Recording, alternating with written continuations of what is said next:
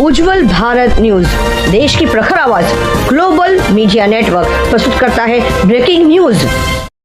नमस्कार, उज्जवल भारत न्यूज के विशेष breaking news में सभी का स्वागत है। वलसाड़ बार एसोसिएशन GAW 175 की नई बॉडी बिना विरोध के चुनी गई है।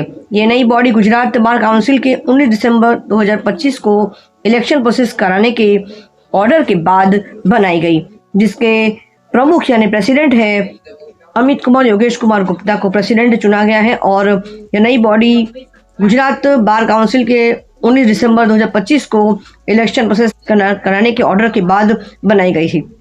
इलेक्शन प्रोसेस का आसान बनाने के लिए अनिल भाई दरबार को इलेक्शन कमिश्नर और कृपाली भंडारी को इलेक्शन कमिश्नर अपडेट किया गया था। पूरा प्रोसेस बार काउंसिल के नियमों का सख्ती से पालन करते हुए पूरा किया गया था।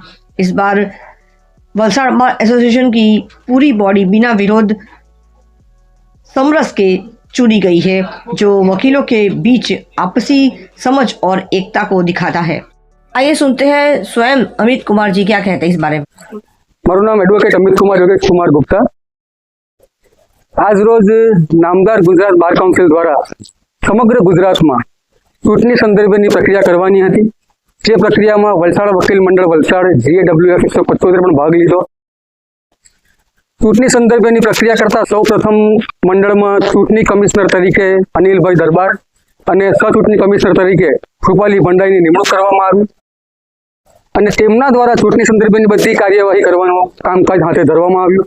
ચૂંટણી પ્રક્રિયાઓ પડતા અંતે જે પરિણામ જાહેર થાય છે તે એ રીતે છે કે પ્રમુખ તરીકે હું વલસાડ વકીલ મંડળ વલસાડના અમિત યોગેશ કુમાર ગુપ્તા, ઉપપ્રમુખ તરીકે વિશાલભાઈ ઠાકુર, ઉપપ્રમુખ તરીકે ઉમેશભાઈ બાજપેયી, જોઈન્ટ સેક્રેટરી તરીકે અવિનાશ ડી ગુપ્તા અને તેના સાથે કુફરિયા દારૂવાલા એડવોકેટ શ્રી, ત્યારબાદ સેક્રેટરી તરીકે દીપકભાઈ ખીકુભાઈ પટેલ, ત્યારબાદ મેનેજિંગ કમિટી જે કાર્યરત હતી તેમાં અશોક કુમાર સક્સેના, ભરતભાઈ નાયક, દીપક મિશ્રા, ચૈતાલી ગંડેલ, ત્યારબાદ લાઇબ્રેરિયન તરીકે તે અમારા મયુરભાઈ મોરિયા, લાઇબ્રેરિયન તરીકે સિરાજભાઈ સૈયદ અને જે બહુ મહત્વનું ખાતું કહેવાય તેવા ટ્રેઝરર તરીકે શૈલેષભાઈ ચૌહાણ અને શ્વેતા અક્ષેશભાઈ પારેખની નિમણૂક કરવામાં આવી છે।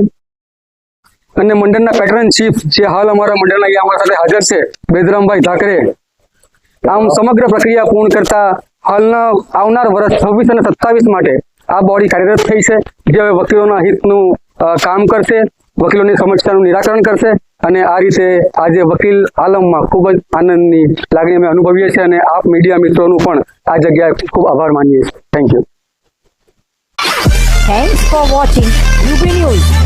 Like and comment, and don't forget to subscribe for latest updates. Subscribe our channel.